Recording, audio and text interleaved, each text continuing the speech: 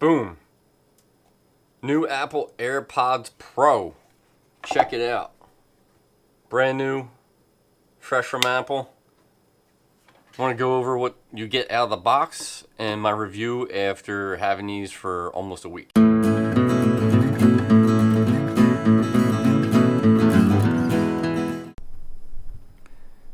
Out of the box, what we have is a nice case that we have here. AirPod Pro, whatever, just like your normal Apple products. You have a set of silicone earpieces in case what comes with the set does not fit your ear properly. You have another part of fancy box, a USB-C lightning connector. This is interesting because most people are not going to have a USB-C plug that will go from USB-C into the wall, unless you have a newer Mac or you have a laptop which has USB-C input, and the other end is the lightning connector. So you can see there that this is the part that charges the case, and this is the part which will go either into your laptop if it has USB-C or some kind of plug that accepts USB-C. So that's departing from our normal setup where we have USB 2.0 or 3.0. You have the case that has the actual headphones in it, and you have some documentation, instructions, all that good stuff. Let's get into what you have in the case. So when you first get these, Apple recommends that you charge these using that lightning charging port for 10 to 15 minutes before you pair them. So I've done that and finished it, and I've already paired these already. And you can see what it looks like inside the case. So a departure from the previous AirPods, these have silicone tips, and these have a few other nifty doodads with them. And the green charging light, when you first open these, will show you what the charge status is of the earbuds. When you take these in and out of the case, they will actually use the case to recharge them. So if your actual earbuds get low in charge, you just put them back in your case, and the case gives you a few charges and before you need to recharge the case with the earbuds. One thing interesting I found is that I tried plugging the case in by itself without the earbuds in it, and it seems like it does not charge. At least the indicator light does not turn into a charging status.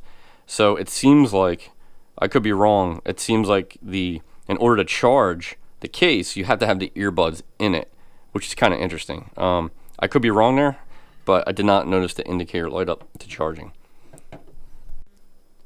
Taking a closer look at the actual earbuds here, you're going to notice that the shape of them is like oblong. So it's kind of like an oval. You have a speaker. You have the other side. And the way these work is it actually uses a microphone in the earbud to detect the sound coming to the headphones and uses the sound that it receives in order to actually cancel out the noise.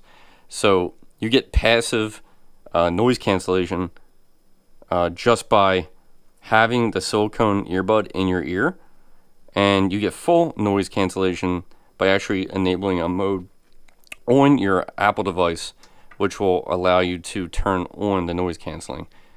Out of the box, the medium size silicone tip was on the earbuds, and I found this to be too large for my ear. I could not get it to seat properly inside there.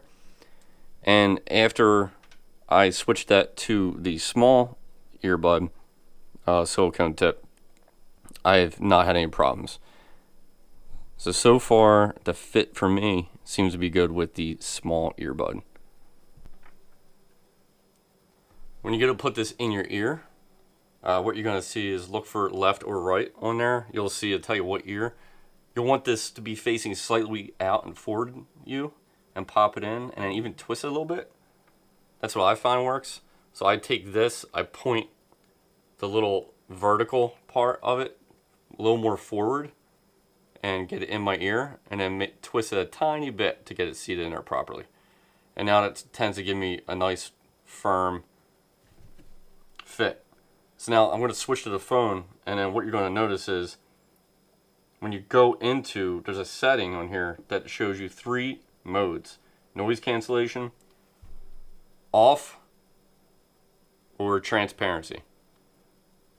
And the difference between all of these is that transparency mode is actually going to enhance what you can hear. In transparency mode, I can actually hear my kids playing all the way upstairs in their room, which is kind of weird and freaky. And off, it just gives you like a slightly muted sound because of the silicone earbud blocking the audio from entering your ear. And then on noise cancellation mode, it's going to provide the most silent mode. So Apple actually uses the device settings and the microphone in the earpiece to cancel out all the noises coming in. Now, when I first tried this, I was not that impressed by it, and I think it was because my fit was not great. So if you go into settings on your phone, you'll see that you go into Bluetooth settings and you go into the AirPods Pro.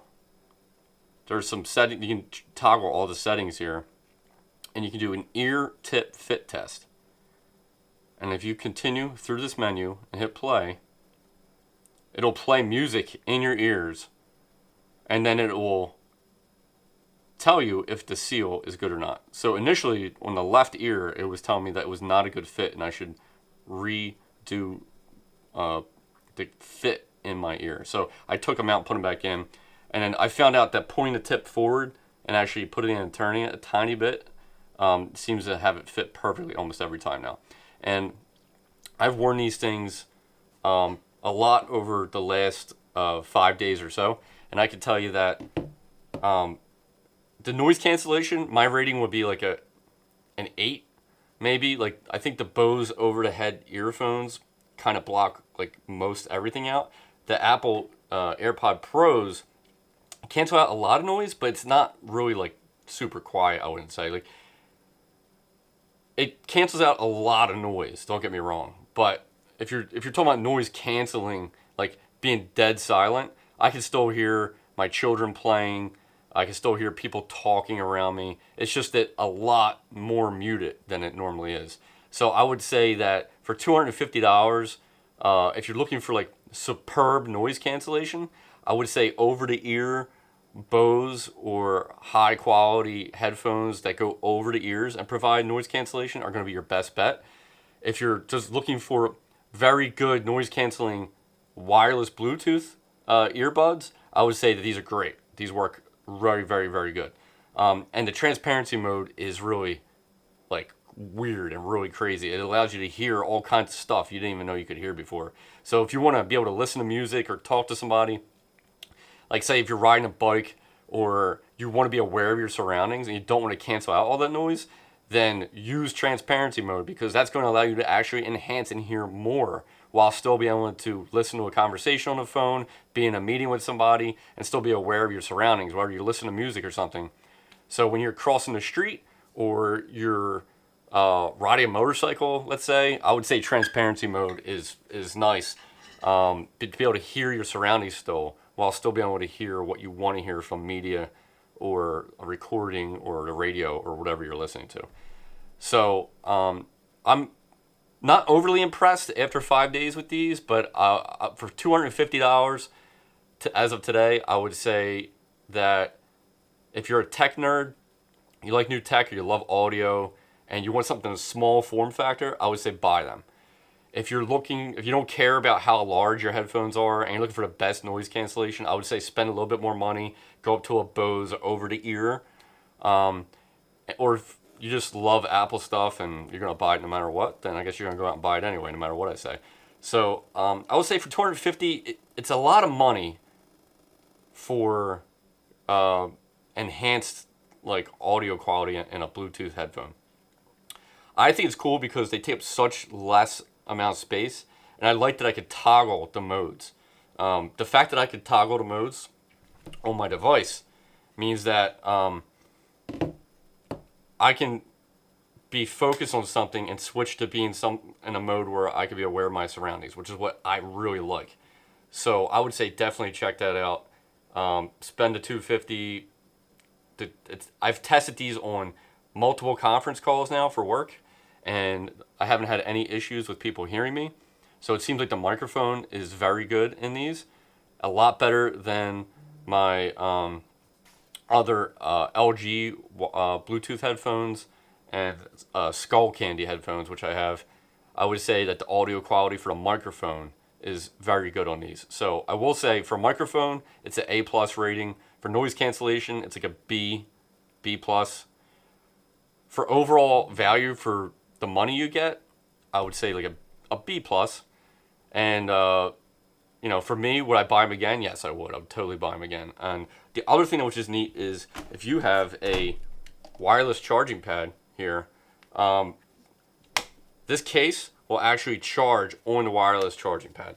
So that is also really cool. So that means I don't have to have my wires always connected at all times. If I have a charging pad, which I do at work, I swap my work phone and my personal phone and my headphones out throughout the day to keep everything charged. And it's very easy to pick it up and be on the move without having to worry about the wires being plugged in. So that's another good feature on the headphone. So yeah, overall 5-day rating, B+ overall, worth the money.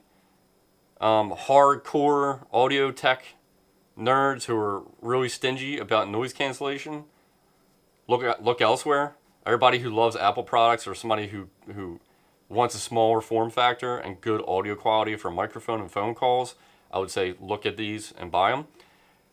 If you're not worried about the noise cancellation, go with the previous model. The AirPod first generation are all dropping in price right now because of the new AirPods coming out. So yeah, check it out. Look at the reviews from other people. They can help you with getting the device paired up and what you would be looking for to do there. I'm not going to go into that because there's plenty of other people doing it, and Apple has a lot of good articles, and they have the manual here which you can use to tell you everything you need to know about pairing the device.